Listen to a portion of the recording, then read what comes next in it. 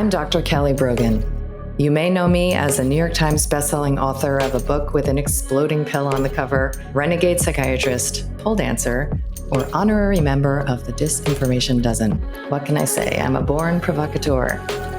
I've spent most of my recent life exposing deceptions, connecting dots, and discovering the secret places my inner victim is still waiting to be liberated. And now I feel called to help you reclaim all of your parts, your health, your sexuality, your power, and your expression, so that you can finally truly own yourself.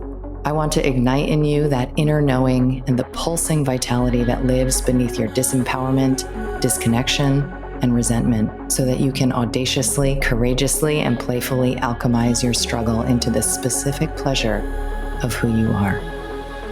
This is Reclamation Radio. Hi, and welcome back to Reclamation Radio. I am Dr. Kelly Brogan, and I am here today in conversation with Professor Sam Vaknin on the subject of narcissism. And his body of work, which has spanned over decades, in an effort to raise awareness around what has now become such a colloquial term that in social media and in the zeitgeist of relationship navigation, everyone seems to be able to diagnose the pathology of narcissism, have an opinion on it, feel victimized by it. And I want to offer, before we dive in, a bit of a caveat, because as I mentioned, before we started recording, I've spent the better part of the past 15 years challenging the concept of mental illness, psychiatric diagnoses through my published literature, through my clinical experience. And I do acknowledge that if psychiatry is good at something, and if psychiatrists are skilled in a particular way, it is around pattern recognition. And so-called cluster B personality disorders are patterns and represent patterns, I think you would agree, that impact many of our lives and relationship experiences. So I would love to explore what you have divined from your experience and your research. And I also want to frame that your perspective, from my best understanding of it, does align with my ethos on personal responsibility, because there is a very powerful field of victim consciousness around this concept of narcissism. All you have to do is speak to 10 women and you'll find 10 stories of their, experiences of narcissistic abuse. And I think that it's become a cover for a lot of victim stories, victim energy, and disempowerment. I would say, especially for women. And a lot of what I've understood you have to share, I'd love to get into, is that this is a dance, a dance of two, matched individuals, often in relationship. And I want to talk about the role that you see, this mother projection. I would call it mother woundology, because that's very much in line with a lot of what I've been exploring. So thank you for being here, Sam. I appreciate it. Thank you for having me. And let's just start with the basics, because there is this sort of socialized understanding of what narcissism is, and everybody has their own opinion. How would you define it? Like, what actually is this entity? And I know you would say probably it has many different shades and sort of fragments within it. How would you define what you believe and have studied narcissism to be? I think we tend to confuse the clinical entity, pathological narcissism, with narcissism as an organizing principle of postmodern society and civilization, as an explanatory principle, not dissimilar to religion, whereby we make sense of our lives and we imbue our lives with meaning and direction and purpose using the percepts and tenets of narcissism. So narcissism serves to organize modern life. That includes politics, show business, intergender relationships. I mean, you name it. Narcissism simply explains it all. And it is distinct and should be distinct from the clinical entity. It is because we conflate and confuse the two that we have this pandemic. And the pandemic is not a pandemic of narcissism, but a pandemic of misattributing narcissism, mislabeling narcissism, misperceiving narcissism, and the tsunami of misinformation, disinformation, utter nonsense, and ridiculous tropes that afflict us because we conflate and confuse it. So first of all, many people have what is known as narcissistic style. That's Len Sperry's phrase, not mine. It's someone who is an a-hole or a jerk. Many people have this, men and women. Women increasingly more so because women are becoming more and more masculine, stereotypically masculine. That has nothing to do with pathological narcissism, and definitely nothing to do with narcissistic personality disorder. The truth is that only a tiny percentage of the population suffer from narcissistic personality disorder, anywhere between 1 and 2% of the general populations, 5 to 6% of the clinical population suffer from narcissistic personality disorder. So that's problem number one. Problem number two, we are using an outdated text which should have been trashed something like 3 decades ago, and that's a Diagnostic and Statistical Manual. In its latest iteration, which is the text revision of the 5th edition, it's as trashy as before. Nothing has changed. The only thing was a wink at state-of-the-art knowledge by introducing what the DSM committee called the alternative models of personality disorders. So now we have two definitions of narcissism.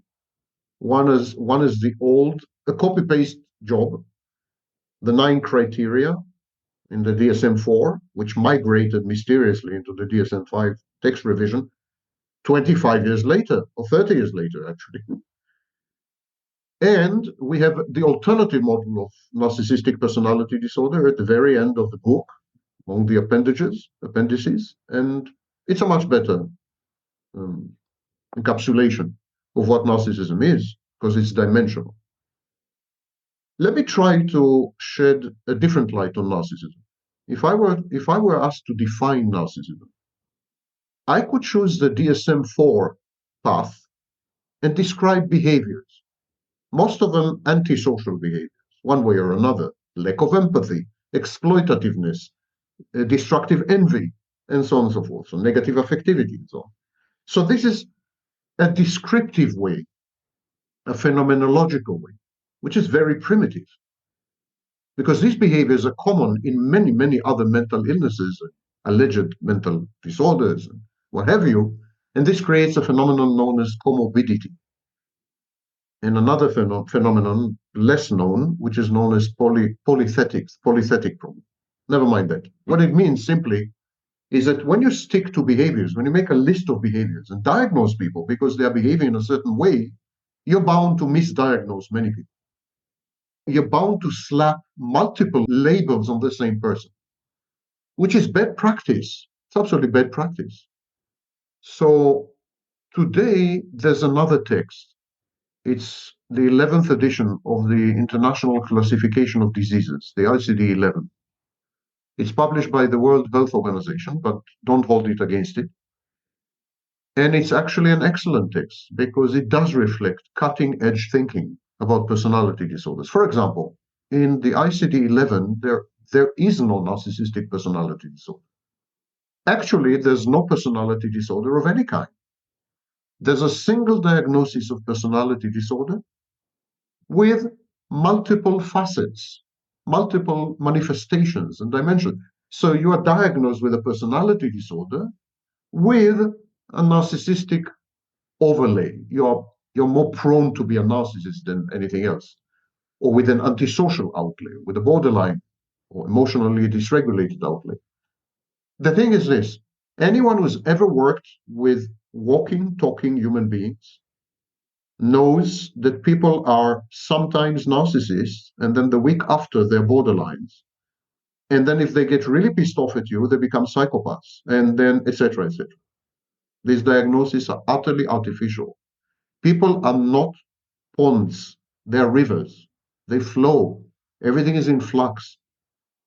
These are simply different facets or different shimmering facade that disguises a core problem. And the core problem is probably social, not clinical, not mental. An inability to function within society in ways which society deems acceptable, sublimated. So when you disobey the rules, when you hate authority, when you're contumacious, when you're defiant, when you're reckless, they call you a psychopath. When you think that you're better off or better than others, when you feel superior and haughty and you're entitled to exploit other people and so on and so forth, they call you a narcissist. But these have nothing to do with any mental reality.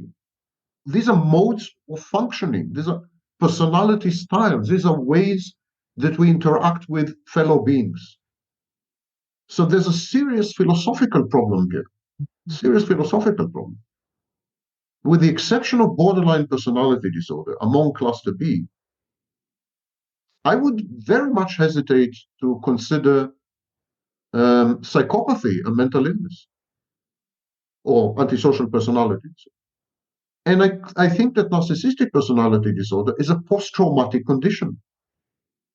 And I think that even borderline has a strong element of complex trauma, which expresses itself via emotional dysregulation and a host of other phenomena. We are lost. We are lost because we insist to pigeonhole people. And we insist on the pretension that psychology is a science. It's not. It's a pseudoscience. It's a form of literature. The greatest psychologists were probably Dostoevsky and Nietzsche, Musil. So, and Freud, who was a literary genius, much more than a rigorous scientist. So, I would define narcissism, coming back to circuitously coming back to your question, I would define narcissist as someone who is unable to perceive other people as external and separate. So what he does, this kind of person, I'm saying he, but it's a she, 50% are women. What a narcissist does, they convert other people, what is known as external objects. They convert other people into internal objects. They create avatars. They create representations of other people in their mind. I call this process snapshotting. Clinically, it's known as introjection. So they create representations of other people in their minds, and then they continue to interact with these representations. That's a major hallmark of narcissism. And the second major hallmark of narcissism, pathological narcissism, is a disruption in the process of forming a functioning self. So ironically, narcissists are selfless. They don't have a self. They don't have what Freud used to call an ego. They're not egoists because they don't have an ego. Because they don't have a functional, constellated, integrated self, and because they don't have an ego, the ego is our way of interacting with reality. The ego is the mediator between us and reality. Because they don't have this, they have impaired reality testing. They misperceive reality. They live in fantasy. They use other people to regulate their internal landscape. So they use other people to regulate their sense of self-worth, for example. This is known as external regulation. It's also common in borderline. So these are the two core features. I don't think it's very important that they're exploitative. I don't even think it's very important that they lack empathy, honestly. That's not the core issue, really. The core issue is they cannot perceive you as separate and external, and so you have no rights. They don't allow you to be independent or agentic or autonomous because you don't exist. Your independent existence threatens them. They feel threatened by you. And similarly, at the same time, they need you in order to feel good, or even more so, in order to feel that they exist. That's it. That's narcissism, in effect. I remember when I was on the floors in the hospital, we would be encouraged to deride, people who were diagnosed with cluster B personality disorders. And we would say, it's just another fuck you, don't leave me. patient, right? Because of that energy you're describing that says it's like pushing and pulling. So you're depicting this pattern of defenses that develop from a traumatic, response, where individuals become like infrastructural support for the so-called narcissist's self-concept, right? So what is like a typical pattern of childhood experiences, maybe particularly with the mother, that could give rise to this if this is a socialized, experience for these individuals? Narcissism is a very early reaction. Pathological narcissism is a very early reaction. And so, unfortunately, it's the mother, not the father. The father assumes a very important role in development much later in life, usually after age 3 years old. I mean, from age 3 onwards. And the father's role is limited generally to socialization. The father conveys, how he should behave, social scripts, skills, skill acquisition is the father is helpful with this, and so on. So father is much more instrumental. Father is the equivalent of a teacher, actually. The mother is the one who shapes the internal world of the child. And contra to the self-help scam industry and its claims, this internal world is almost cast in stone. Once you have transitioned beyond a certain age, some things can never be changed. Mm.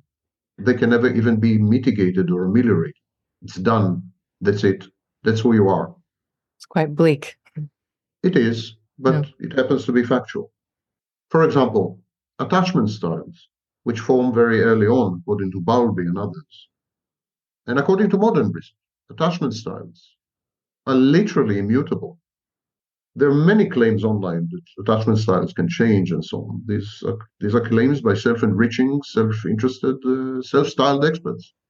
But the truth is that the vast majority of attachment styles are lifelong. Similarly, disempathy, a lack of ability to experience emotional empathy, because everyone has empathy. Narcissists and psychopaths have empathy. They have a special kind of empathy, which I labeled cold empathy. It's a combination of cognitive and reflexive empathy. So they do have empathy. If they were devoid of empathy, they wouldn't have been able to exploit and abuse people. To interact with people in any meaningful way, even negatively, you need to have empathy. So, but the inability to experience emotional empathy is lifelong, cast in stone, utterly unchangeable, period. Anyone who claims otherwise is a con artist. So the damage inflicted by bad mothers, or what Andre Green calls dead mothers, metaphorically dead mothers, mothers who are emotionally absent, who are depressive, who are selfish and narcissistic, who are insecure, mothers who instrumentalize the child, mothers who parentify the child. These kind of mothers, the damage they inflict is regrettably a lifespan damage. It goes well into adulthood, and you cannot get rid of it. And so I think there are three developmental trajectories to narcissism. One is if you are ignored as a child, if you're ignored, abandoned, and rejected, frustrated on a regular basis. That's one trajectory. The other one, if on the very contrary, you're idolized, pedestalized, spoiled, pampered. In other words, if you're not allowed to separate from the parent and confront reality, if the parent isolates you and firewalls and keeps telling you that you can do no wrong and you're perfect and you're godlike and so on, that's another trajectory, because it denies the child the ability to grow up and to separate from the parent. We grow up only via losses and failures. These are the sole engines of growth. We learn nothing from success. We learn a lot from loss and failure. And when the child is smothered and pampered and spoiled, the parent does not allow the child to experience loss and failure. So that's a form of abuse. So that's a second trajectory. And the third trajectory is known as, in behaviorism, as intermittent reinforcement. It's when the mother is sometimes hot and sometimes cold, sometimes loving and sometimes hateful, sometimes rejecting and sometimes embracing, approach, avoidance, repetition, compulsion. unpredictable, indeterminate, and therefore not a secure base. That also generates narcissism. Narcissism is a defense. It's an attempt to do two things: transform oneself into a godlike, untouchable, invincible, invulnerable figure. Because a child experiences so much pain, so much frustration, is so terrified and intimidated by the capriciousness and arbitrariness of the adults in his or her life, that at some point the child gives up on itself. The child says, as I am right now, I'm not going to survive. I need to become someone else pronto. And the child becomes someone else. He becomes a false self. The child creates a godlike figure, a divinity, and becomes this divinity, merges and fuses with their divinity in a symbiotic kind of relationship.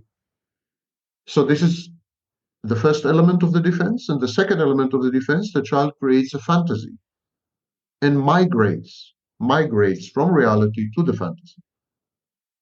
Reality, in the case of such children, is unbearable and intolerable and life-threatening, very often life-threatening. So they need to avoid and withdraw, and they create a paracosm, which is a kind of elaborate virtual reality. And then they transition into this virtual reality. And in order to not feel the arrows and slings of mother, they become godlike. Now, unfortunately, this defense survives into adulthood. Freud was the first to observe this. He said that primary narcissism becomes secondary narcissism. And it survives into adulthood. And then as an adult, you prefer fantasy to reality. And you defend yourself against the pain and loss of reality by pretending that you're God. Simply, you're a divinity. And if your divinity is challenged, you externalize aggression. You become violent, verbally or physically or whatever. This is, in a nutshell, this is narcissism. It's a child. And one of the major mistakes we make in therapy is that we try to treat narcissists as if they were adults. We try to strike a therapeutic alliance with the narcissist, negotiate with the narcissist, treatment goals in a treatment plan. That's utterly ridiculous.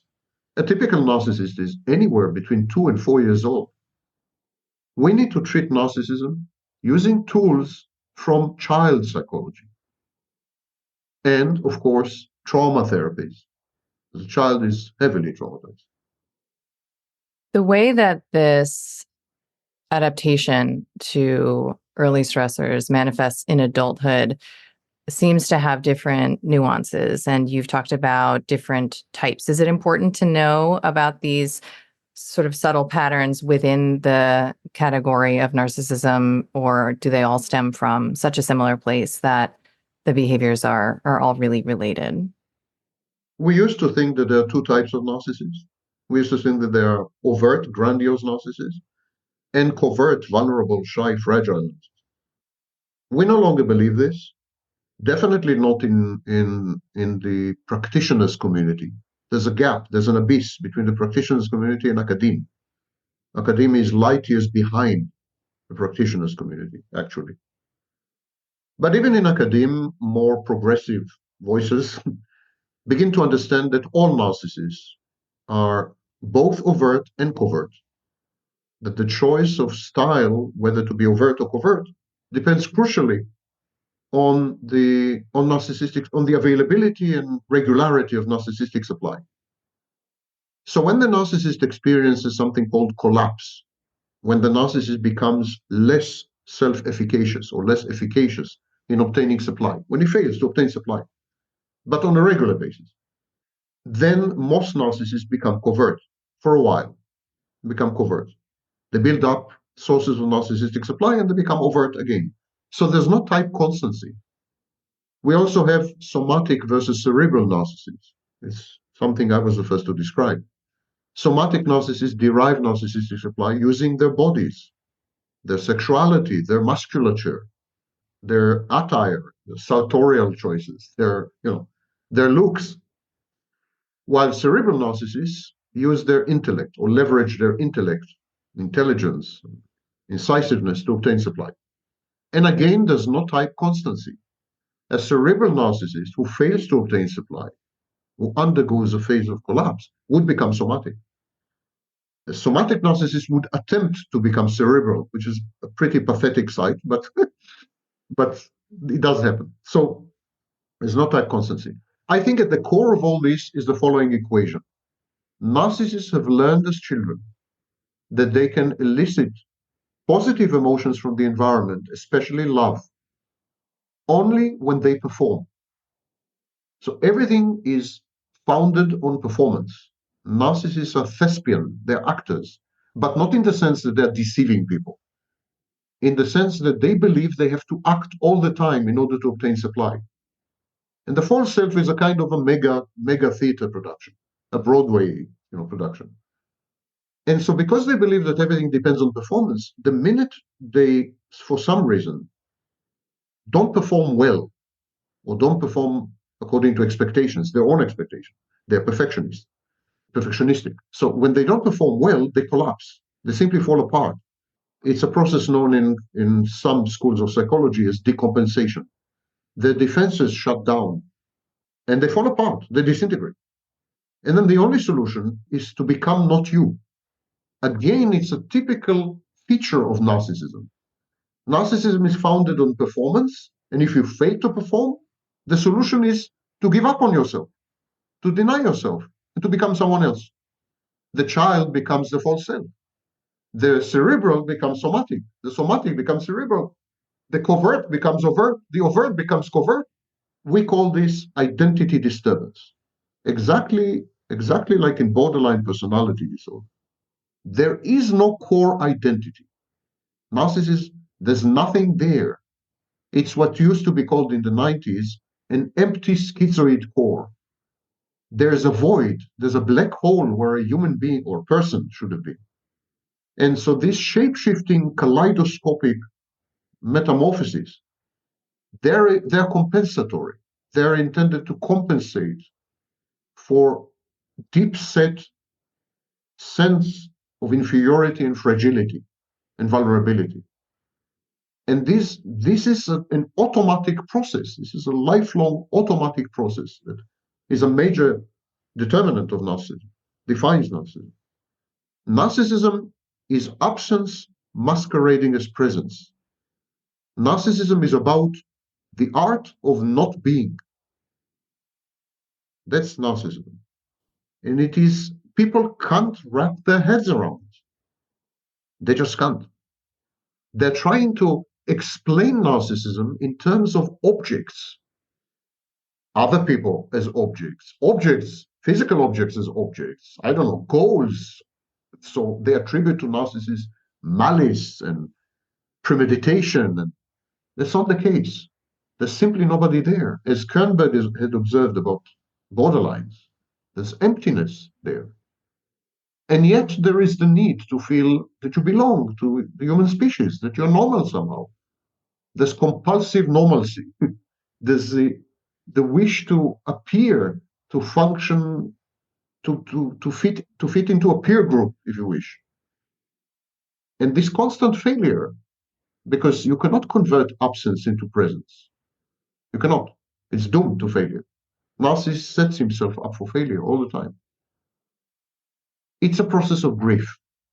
It's what we call today prolonged grief disorder. The narcissist grieves the true self, grieves the child, grieves the lost potential. The narcissist grieves what he could have become and never will.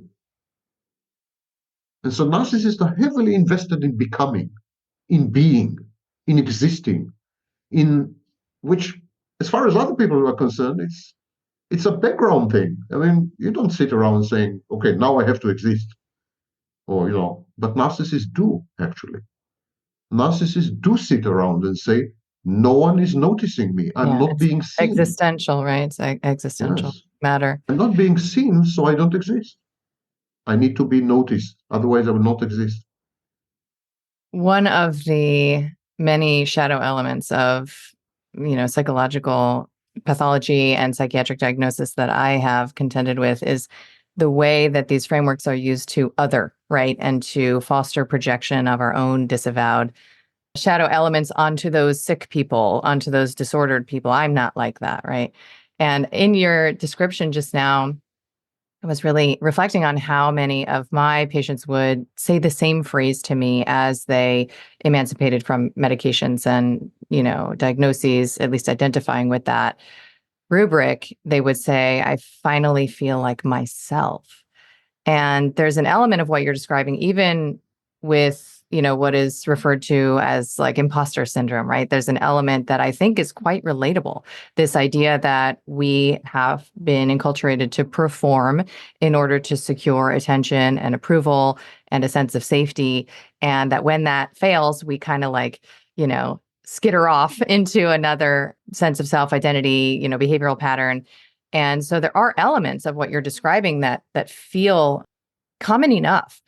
And it also seems like what you're saying is that the relational consequences in certain individuals that you would describe as narcissists are different than those of us who might otherwise, have general insecurity or a sense of a diffused core.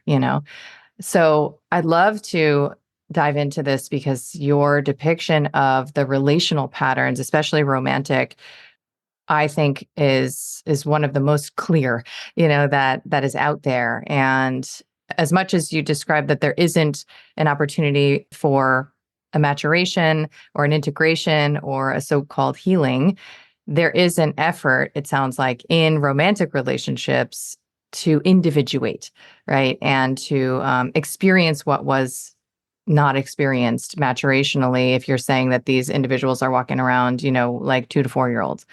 So I wonder if you could take us through, sort of the phases, what I've heard you describe as the phases of the kinds of, and I know you don't always use the term codependent, right? But colloquially, that's what a lot of people talk about, the narcissist and the codependent. I don't mind using. Okay. So a classical, sort of romantic dyad, how that looks, what is the subconscious perhaps intention on the part of this individual who's in this pattern of narcissism? What happens? What are the stages? And how does it end up typically? The reason you identify with so many elements of narcissism is because it's primordial. It's primordial. The baby needs to be seen.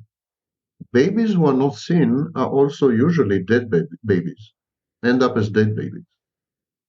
Their survival depends on being noticed and seen. Yeah. Their newborns have embedded cues intended to elicit and solicit the mother's attention. Because by far the most important thing as far as survival goes is being seen. By the way, into adulthood. There are studies that have demonstrated conclusively that if you're socially shunned, you pay a very high price in terms of health, physical health, and so on and so forth. So it starts from there. It's a baby thing.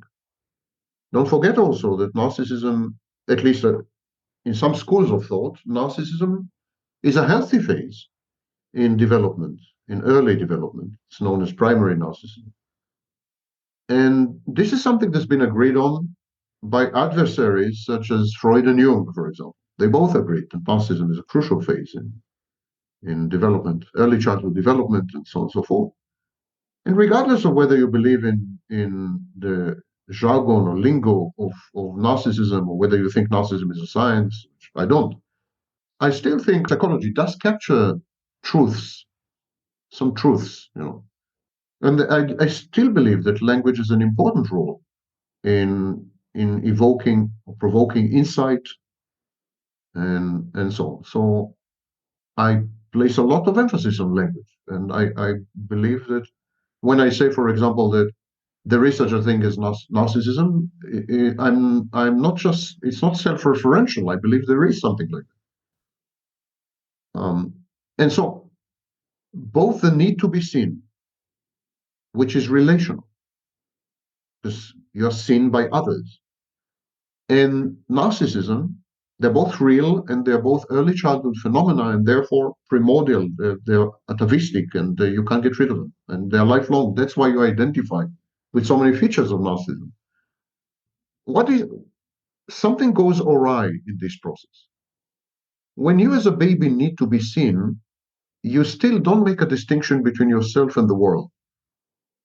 So this used to be known as the symbiotic phase. You still don't have this awareness. I am baby, and then there's the rest of the world. It's all one big mishmash. It's all a huge mess. So you're actually observing yourself. When you need to be seen and then you are seen, you don't say to yourself, it's mommy who is watching me. It's mommy who is seeing me. You say to yourself, it's me. I am seeing me. I am watching me. And that's how primary narcissism evolves and develops. And at some stage, a good mother pushes the child away, pushes the child away, allows the child to separate from her and to become an individual and acquire personhood. A mother who doesn't let this process unfurl and unfold creates narcissists, potentially, not in all cases.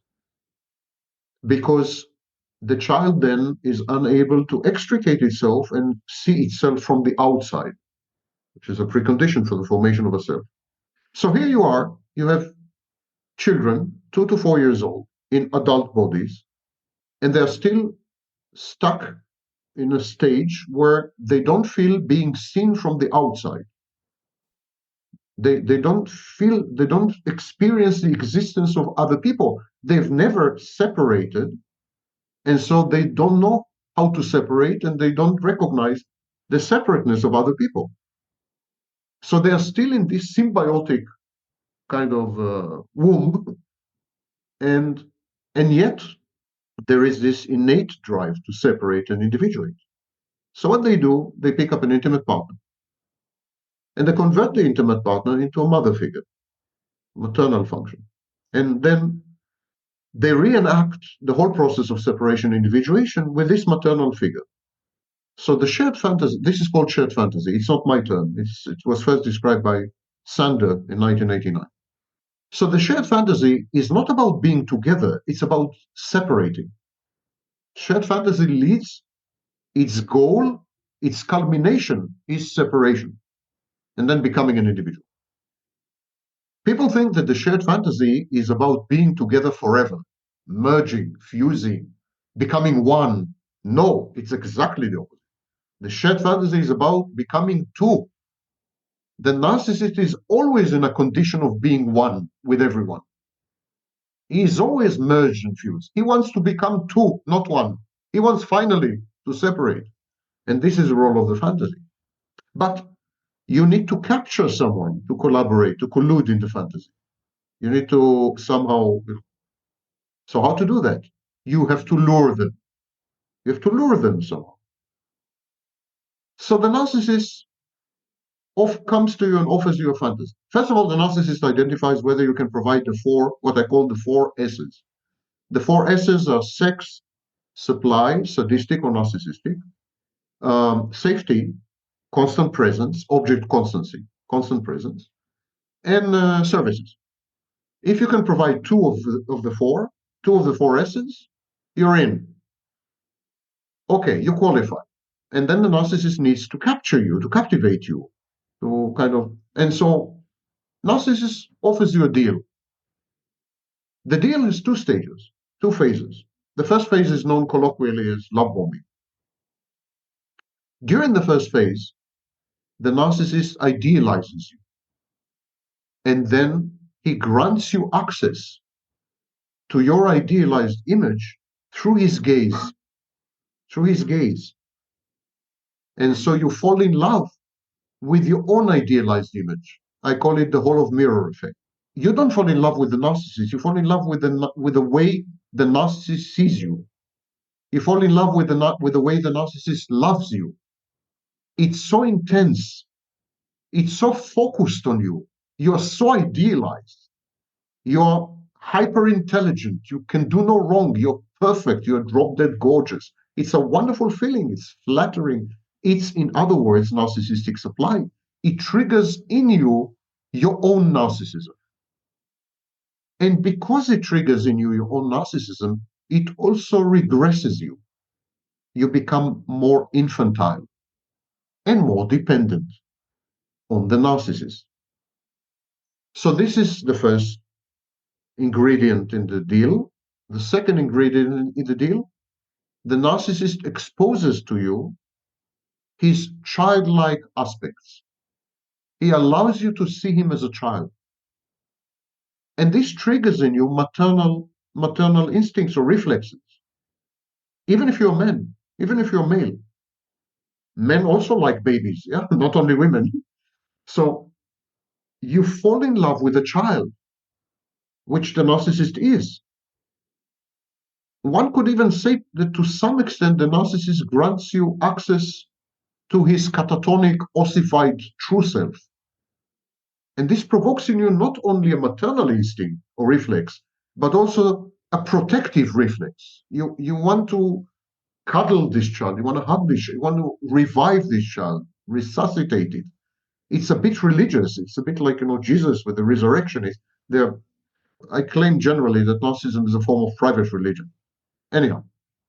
What's an example, Sam, of how that would be induced? That caretaking response on the part of the... Not initially.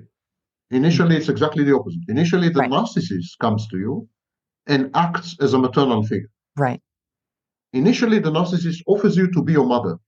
He's going to idealize you. He's going to love you unconditionally. He's going to regard you as perfect. He's going to give you access to this view of yourself, and thereby you become addicted. That's initially. And then once you're hooked, the narcissist says, okay, he takes you for granted now. He says, okay, now I need you to act as my mother. And the narcissist exposes to you his childlike features. For example, his learned helplessness, his dependency on you, his neediness. In short, the codependent aspects of narcissism, which are very often ignored. And then you're double hooked. The narcissist becomes both your mother and your child. And you become both mother and child to the narcissist. And I call this the dual mothership. It's a dual mothership structure. And things proceed. So now you idealize each other. There's a process of co-idealization. You idealize each other. You are each other's mother and each other's child. The bonding is tremendous. There's nothing like it in a normal, healthy relationship. Nothing as intense and as profound as the bonding in a shared fantasy. Do you think Nothing this is what's colloquially referred to as trauma bonding? Do you think there's any utility in that phrase? Trauma bonding is actually a self-harming reaction to this. It's a self-harming reaction, but yes, it's an element because this provokes self-harming later. But it's an element, yes. Trauma bonding is an element. It's an addiction, actually, but it's very intense and very profound because it touches everything that is core, It touches your narcissism, touches your childhood, it touches your maternal instincts, it touches your protective instincts. It triggers everything in you, and you're doomed, you're hooked. Now that you're each other's mothers, the narcissist can proceed. He doesn't do so consciously. It's not premeditated. It's not evil. It's not wicked. This is psychopaths. People confuse psychopaths with narcissists. Now the narcissist proceeds. Because now you are his mother, all the old childhood templates are reinvoked. They come alive. The narcissist has had a single experience of interacting with a mother. So now he takes this experience and applies it to you. Now you're his mother. And he goes through the motions of being your child in a desperate attempt to separate from you. Because that's what children do with mothers, separate from you and become an individual. But in this particular case, it's a problem because you've been idealized. How do you separate from an ideal object? That is irrational, but there's another problem here. It's a challenge to grandiosity. Because if I need to separate from you and you are an ideal object, it means I've been wrong about you somehow. I misjudged you somehow. Otherwise, why would I want to get rid of you? Something's wrong. So the narcissist needs, therefore, to convert you from an ideal object to a persecutory object, to an enemy. And having done that, he can devalue you and discard you. And that's the only way to separate from you. You cannot remain an idealized object. You must become something lesser, a devalued version of yourself, to allow the narcissist to separate from you. And that's the end of the shared fantasy, more or less in a nutshell. It's much more complex than this. But in a nutshell, that's the end of the shared fantasy. Narcissist separates from you by discarding you and devaluing you and discarding you. He remains stuck with a persecutory object of you in his mind. And this leads much later to a compulsion to regain you somehow, to re-idealize you. And this is known as hoovering. But these are the basic mechanisms.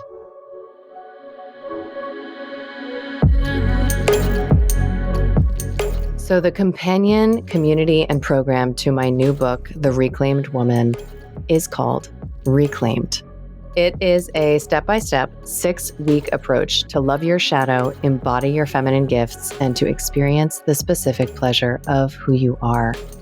If you have followed all the good independent girl rules and you still feel overwhelmed, resentful, and disappointed, you may think that you need to practice or learn or study how to be more soft, slow, abundant, and pleasure-led as a feminine woman. Or you might think that you have to be brave and courageous and finally stand up for what's yours. But the truth is that chasing femininity and fighting for power will just leave you more wired, judgmental, and disconnected.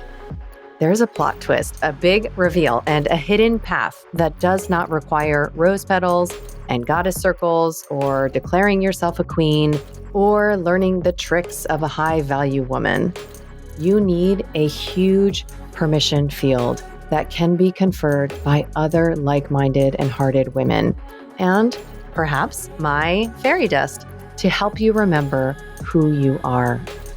I want you to imagine what it would be like to feel a rush of pride as you decline an invitation without a trace of fear or defensiveness. Or to sip your tea as you watch your husband fix the door hinge, feeling like the prize who won the prize, remembering when you used to think that you needed to show him how to do everything right. Or to feel the breeze move over your body and a wave of pleasure roll through you, opening your eyes wider to the dancing leaves and the light fragrance in the air. Or to wait in the car line for your kiddo, hear your phone ding with a notification and smile that you're making 3K while mommying. Or maybe to feel the charge of a trigger move from your chest down to your stomach, letting it swirl until a smile creeps onto your face because you know now exactly what you need to create from this energy. Or maybe to never be afraid of symptoms or illness again because you know that your body does not make mistakes. Let me show you how to claim the confidence, creativity, and pleasure that are already there, awaiting the safe conditions to emerge in 6 weeks. The link is in show notes. I will see you in there.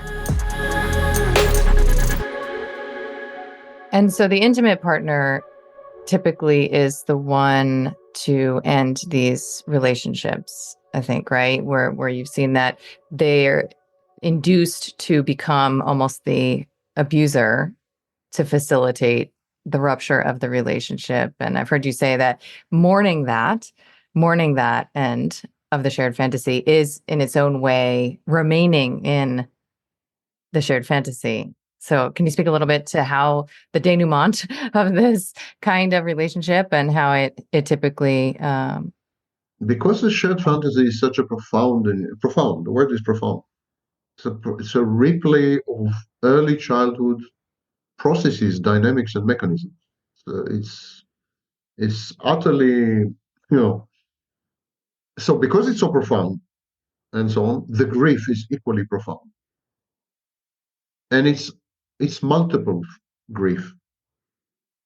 in the wake of the shared fantasy, whether you were the one to dump the narcissist or vice versa, in the wake of the shared fantasy, you're mourning your child, which is a narcissist.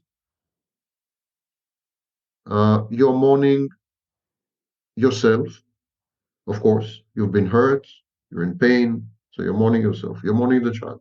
You're mourning the fantasy. The fantasy is a narrative with future aspects or future elements. We're going to have a family, we're going to have 3 children, and this and that. So you're mourning this vision of the future, which for a very long time energized you and gave meaning to your life and organized it. And suddenly you find yourself in outer space, deep chaos, lacking direction and purpose. And so you're mourning this. You're mourning what the relationship could have become, taking into account your investment and so on and so forth. And the good aspects of the narcissist is that many things of narcissist that you do like. So you're mourning this potential, this lost potential. But I think above all, the fact that you're mourning a lost child combined with the fact that you're mourning a lost you, mourning yourself. This is absent in other breakups. In other breakups, you usually mourn the vision that you've had together, which may have been fantastic or not. Usually it's realistic, but may have been fantastic. And you're mourning what could have been. And that's bad enough. Broken heart syndrome is real. That's bad enough. Now imagine adding to that, mourning a child that you loved with all your heart, the maternal experience and so on, and then mourning a lost identity, your identity. This is what the narcissist does, is a process known as entraining. The narcissist actually invades your mind or infiltrates your mind and installs there an app. Think of yourself as a smartphone. He installs an app, and the app is the narcissist's voice, the introject of the narcissist. And this app remains with you after the physical separation. This voice remains in your head. You keep talking to the narcissist. And worse still, the narcissist keeps talking to you. This dialogue continues long after the breakup. And so there is this to contend with. It is this form of grief is potentially self-negating and self-annihilating, could have seriously bad outcomes. It involves almost automatically complex trauma, emotional dysregulation. And it provokes in many victims, it provokes narcissistic and psychopathic behaviors. You change, you feel that you've changed. You feel that you're no longer the same and would never ever be the same, which is not true. The prognosis is actually very good, especially with professional help. But in the meantime, you have the feeling that you are damaged for good, or at the very least that you have changed forever. And it's terrifying in a way because you are estranged. There's a process called estrangement. You're estranged, you're alienated. You don't feel good with yourself. You don't feel that you know yourself, that you're comfortable with yourself. You're ego dystonic. It's a horrible feeling. You are not even sure who is doing the mourning. Who is the one who is grieving? Is it really you? Or is it the narcissist compelling you to grieve for him? Because you feel a total externalized locus of control. You feel that it all emanates from the outside. You feel like a puppet on a string. You feel there's a puppet master. Regardless of his physical presence or absence, he's still there. And so you can never be sure what part is you and which part is him. And which part is a fantasy, which may be still unfolding in your head. It's a total disorientation. And I would compare it, as far as experience goes, subjective experience, I think I can compare it only to psychosis. Because in psychosis, we have something called hyperreflexivity. It's kind of expansion of the self to include the world. And here I think it's the same. The victim's self, so to speak, these are all metaphors, yes? No one has ever captured the self in a laboratory. But the victim's self, sense of self, expands to include the narcissist and to include the fantasy. And when the narcissist is gone, the result is psychotic because the reality element is gone. And what is left is the perception. And the perception is definitely counterfactual, unrealistic. And that's a great definition of psychosis. So what I'm trying to say is this. In the wake of a relationship involving a narcissist and narcissistic abuse, I don't think you can overcome this by yourself. I think you need help. And another thing is, you need to separate from the narcissist because you have been regressed to infancy. You're an infant. And so you need now to separate from the maternal figure, which is a narcissist, and to individuate. It's like back to square one. It's like starting from scratch. Start learning to walk again after a horrible accident. And it takes years. The aftermath is horrible. It takes years, but the prognosis is good. And I've heard you say that you feel it's an opportunity to learn self-love, to learn self-reclamation, and to really develop self-relational intimacy that may not have otherwise been available absent the, abusive experience in the romantic relationship. So that there is this opportunity that is conferred by the challenges of that kind of dynamic, should you have the right kind of support and, will, interest, wherewithal, readiness that is, unique. It sounds like there is a lot of hope. Why is that not the case for, the identified narcissist? Why is there not, in your opinion, this hope for redemption, courtesy of the individuation opportunity that was created in the romantic experience, do you think? Because the narcissist has nothing to go back to. Yeah. You have existed prior to the narcissist. You have an institutional memory of your selfhood. You have experienced how it feels to be you. You have memory of how you conducted yourself when you were you. And the support you get is simply to a kind of regress you back to who you were before the. So there's somewhere to go back to. It's like refugees, war refugees. The country is still there. The war will end one day, and you can go back. The narcissist has nowhere to go back to, and nothing to go back to. To use the metaphors of true self and false self, the narcissist's trajectory of personal development as a child has been disrupted.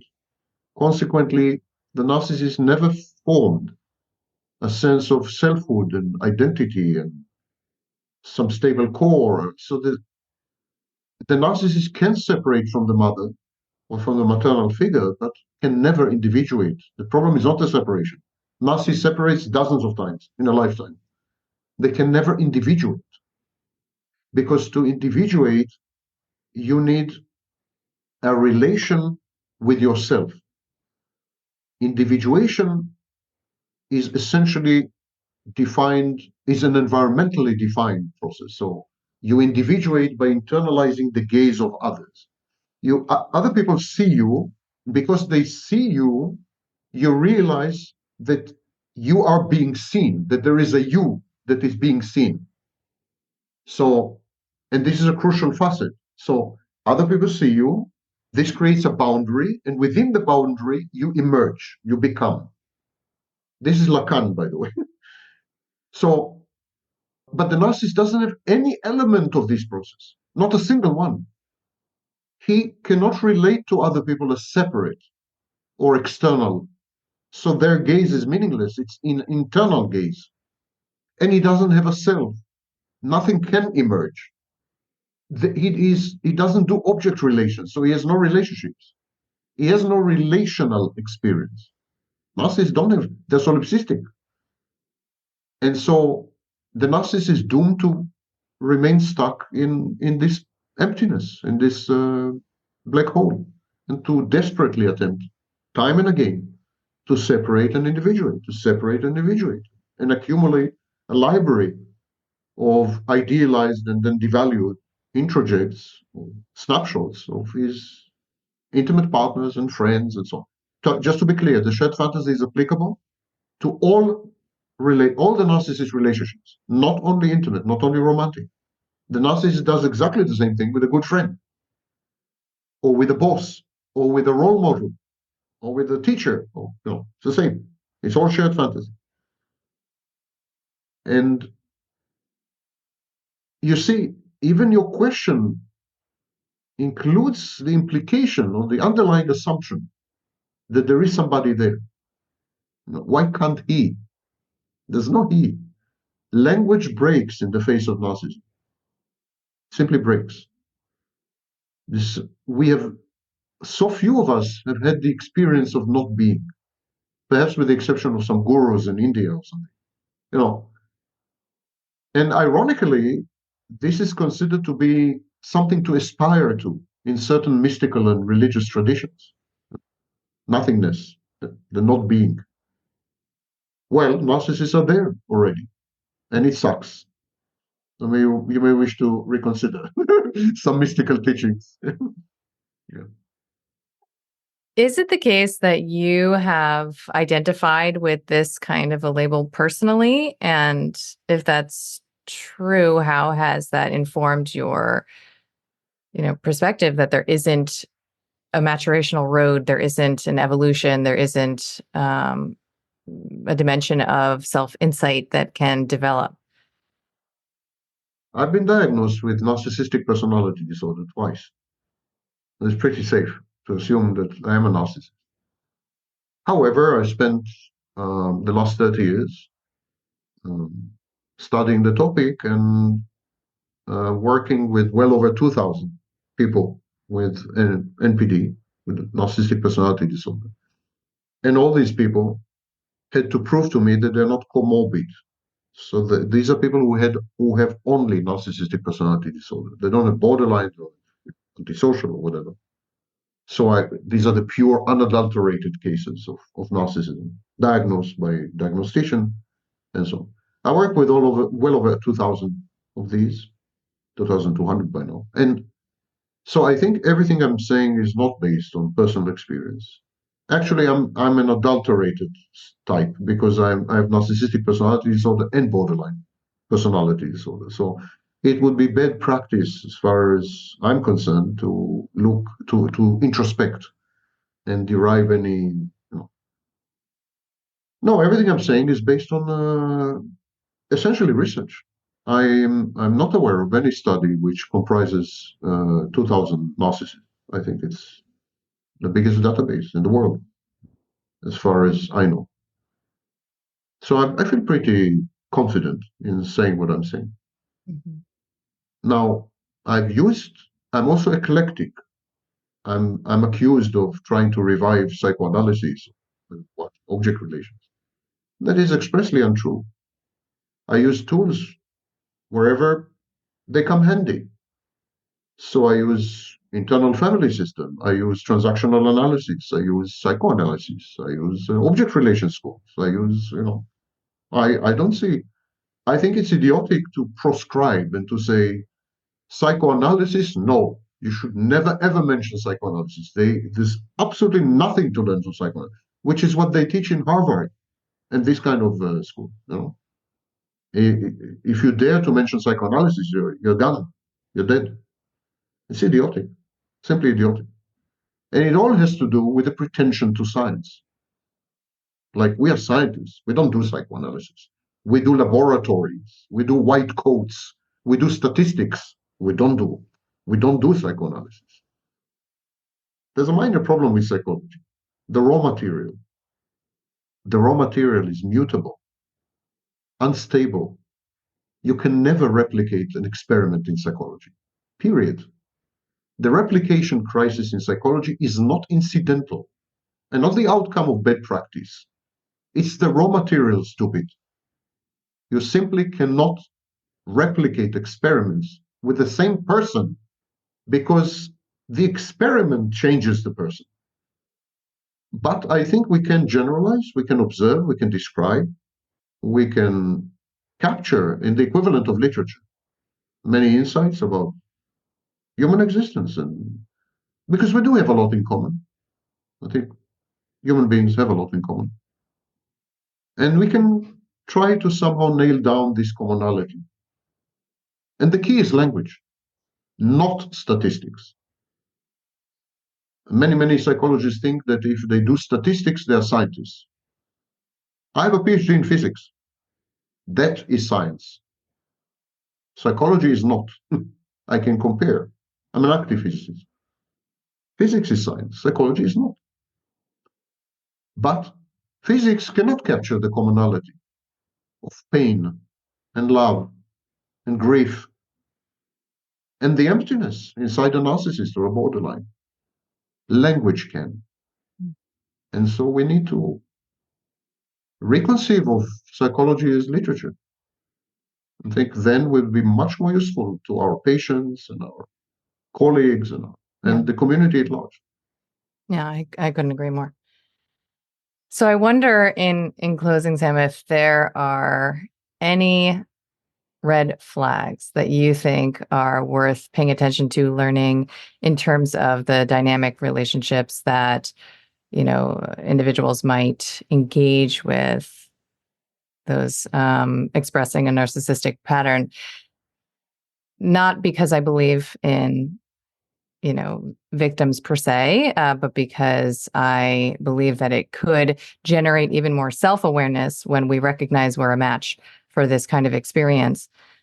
And I think so much of what you've articulated today I know that it will serve in this self-awareness and self-discovery process for those who have otherwise identified as victims of narcissistic abuse. And I like to say that suffering ends where meaning begins. So if you can find meaning in these experiences, you're necessarily learning more about yourself. So what might be, do you think, some, Cosmopolitan magazine red flags, like 10 red flags for this kind of dynamic and looking out for it? You've described some, including the nature of the love bombing in the beginning that is to be distinguished from just run-of-the-mill falling in love. What else might you suggest? Before I go cosmopolitan on you, victimhood, identity victimhood, is a form of narcissism. Right, I've heard you say that. That is not Sam Vaknin. These are studies by Gabay and others in Israel, studies in British Columbia. There's a growing body of studies that shows that victimhood can be used as a manipulative tool. It's a form of entitlement, and it involves covert narcissism at the very least. It's a form of virtue signaling and so on. Okay, that aside, because I have many videos dedicated to this, just ask yourself, who is the narcissist? Narcissists subsist in fantasy. They reject reality. So in your initial interactions with the narcissist, is he down to earth? Is he grounded? Or is he a dreamer? Is he a fantasizer? That's a warning sign. Narcissists have no object constancy. They fear abandonment and separation. So is he being controlling? Does he micromanage you? And I'm not talking about 2 years into the relationship. I'm talking about the first date. The first date. Does he take the keys from you and locks your door? Does he drive the car? Does he decide which restaurant you go to? Does he interrogate you after you've powdered your nose? Does he select the food? And so on and so forth. Control, signals of control. Next, the narcissist idealizes you, but at the same time, he holds everyone else in contempt. If you see a discrepancy between the way the narcissist is treating you and the narcissist is treating other people, on a first date, he shouts at the waiter, he humiliates the cab driver or the Uber driver, but he treats you as a queen or as a princess. That's a serious warning sign. This is known as splitting. It's a serious warning sign. The alacrity, the speed is unusual. A narcissist would offer you cohabitation on first date if he's slow, a family on the second date, and you would have 3 children by the third.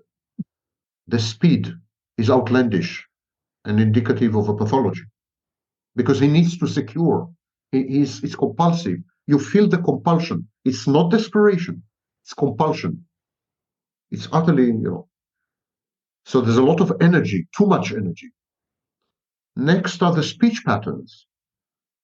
Does he talk about himself incessantly and shuts you down whenever you try to speak? Or it's one variant.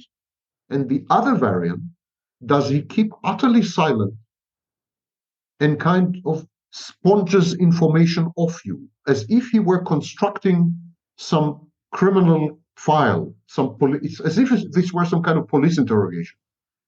So either too voluble and too verbose, or totally silent. These are 2 warning signs. A typical conversation is 50-50. These are warning signs. Next, how intense is he? He's interested in you. It's normal on a date. But does he go too deep too soon? Does he try to somehow fulfill a role like a guru, a teacher, a father, an insightful genius? All this on the first date. Now, why do I keep saying all this on the first date?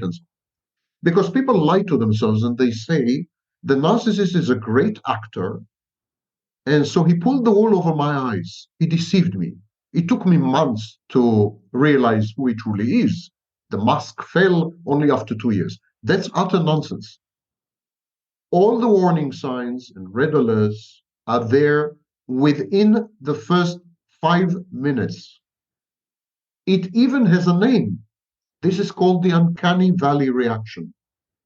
In 1970, there was a roboticist, a Japanese, of course. How else? The roboticist, his name was Masahiro Mori. And Masahiro Mori described a very interesting phenomenon. The more a robot resembles a human being, the more android a robot is, the less comfortable people feel in the robot's presence. And this is known as uncanny valley reaction. Uncanny was a phrase coined by Freud, actually. So when you are with a narcissist, you have an uncanny valley reaction, because a narcissist is exactly this. It's a programmed robot, which is very android, is a great simulation of a human being, but there's something off key. There's something off note. There's something awry. There's something wrong. It's not put together to perfection. And you react with an uncanny valley reaction. But you suppress the reaction. You deny it. Because, I don't know, you're lonely. And finally you're dating after 2 years. And, you want it to be a success. Or because you doubt yourself. You have what we call autoplastic defenses. You failed with so many guys. It's probably my fault, I'm too something. I'm too critical. I'm too this. I'm too that. This is wrong. Pay attention to your intuition and gut instinct. They're right 90% of the time when it comes to other people. By the way, intuition is right only 50% of the time, generally speaking. But when it comes to people, it's right 90% of the time. Trust yourself. If you feel that something's wrong, if you feel that something is off key, if you feel that this guy or this girl, they're like a simulation, they're put together well, they resemble people, human beings, but there's something wrong there. Just go away, run, cut it out, and just walk away. You have to trust yourself. You have all the information you need within minutes. Imagine how much information is exchanged once you have had a conversation, or once you've been able to observe the behavior of the person, the way he interacts with other people, unexpected situations, stresses, something goes wrong, something goes right. Is he too elate and grandiose when something goes right? Takes the credit, attributes it to himself. Or is he rageful? Is he frustrated visibly and volubly when something goes wrong? Does he take it out on other people? Does he constantly blame other people? When he talks about his job, Does he complain of being discriminated against, overlooked, and so on? Pay attention, simply. All the information you need is on the first date. Anything that happens afterwards is your choice and decisions.